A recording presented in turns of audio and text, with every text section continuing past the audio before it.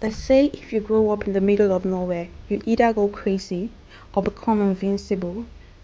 My family chose the woods. My father chose something much worse. My name is Nari. I'm 23 years old. But what I'm about to tell you happened when I was just a child, back when I had brothers, a sister, and a father I thought I could trust. This isn't a story I tell for sympathy. It's a warning because he's still out there and he is still hungry.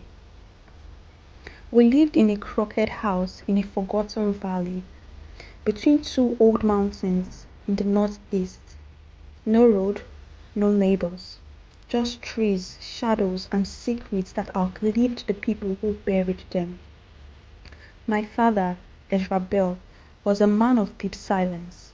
He believed in natural law, no electricity, no running water. He hunted, fished, chopped woods, and read old books.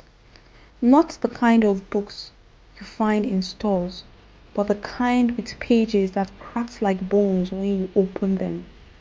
My mother died giving birth to my youngest brother, Aaron. After that, my father changed. He started talking about the balance, about a power that slept beneath the soil and watched us through the trees. We thought it was grief, but grief doesn't twist a man's voice or make his eyes bleed during prayers. My elder brother, Jonah, disappeared first. He was 16, strong, smart, stubborn. We all thought he ran away. But Jonah was the type to face monsters, not flee from them. Dad told us he left during the night, chasing freedom. But Jonah left behind his boots, his knife, and a letter I found torn in the fire. Only one line remained. He's not our father anymore. 2 weeks later, my sister A was missing. She was 11, sweet, always singing. Then Aaron, just 4 years old, still crunched his blanket when he slept. One by one, my family vanished. Each time, my father wept. Each time, he would disappear for a day and return smelling like burnt woods. Something else. Something sharp, metallic, blood. It wasn't until I followed him one night that I understood. I saw him deep in the woods, beneath an altar made of stone and seeds. He was kneeling, chanting in a language I still can't forget, though I wish I could. In front of him lay pieces, bones, skin, and a fire that didn't burn with flame. It breathed like a creature, alive and watching.